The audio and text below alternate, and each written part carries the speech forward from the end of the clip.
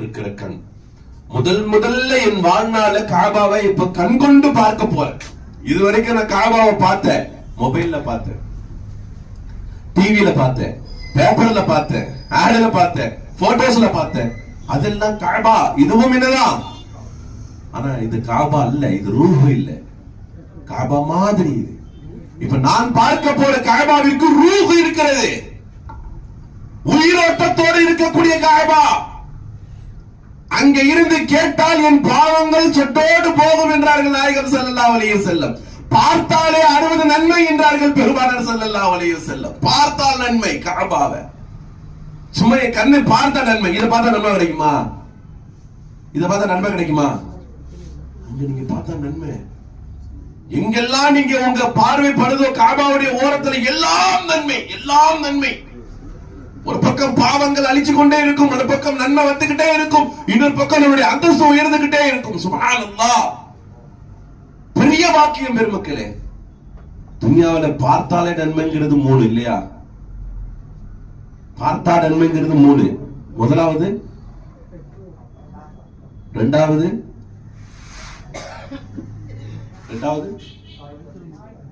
தாய், தந்தை இல்ல தாய் தான். ரசூலுல்லாஹ் வந்து கேட்டாங்க, நான் யாருக்கு? உம்முக்கு. நாங்க சும்மவன் சும்முக், பிறகு நீ உபகாரம் இந்த நாட்டில் நீ உலகத்தில் நீ பிறந்து செய்யனா ஒரு தாய். நாங்க சும்மவன், பிறகு யாருக்கு? யார சொல்லலாம்? சும்முக், உம்மாதான். 3வது தடவையும் சொன்னாங்க. வந்தவர் 4வது தடவையும் வாப்பாவை சொல்ல மாட்டாரா அப்படின்னு கேட்டு நின்றார். சும்மாபிக், 4வது ரசூலுல்லாஹ் சொன்னாங்க, ஒரு தந்தை. நாங்க சொல்லலாம். பெருமக்களே, துன்யாவிலேயே மிகப்பெரிய சொத்து தாய். பெருமக்களே, மிகப்பெரிய சொத்து. ஒரு மாணவர் ஆசிரியரிடம் வந்து நிற்கிறார். அந்த மாணவர் இமாம் கஸாலி ரஹ்மத்துல்லாஹி அலைஹி அவங்களுடைய காலகட்டத்தில் அந்த ஆசிரியர் பிறகுண்டு ஒரு சொர்க்கத்தை பற்றி பேசும் பொழுது அந்த மாணவன் சொன்னார், நான் சொர்க்கத்தினுடைய மண்ணை வைத்திருக்கிறேன் என்று சொன்னார். சொர்க்கத்துடைய மண்ணு இந்த பாலைவனத்தில் எங்கே இருக்கிறது என்றவுடன் ஒரு மண்ணுடைய குவியலை எடுத்து வந்து கையில வைத்தார். வகுப்பில் இருப்பவர்கள் எல்லோரும் சிரித்தார்கள், மாணவனை பார்த்து சிரித்தார்கள்.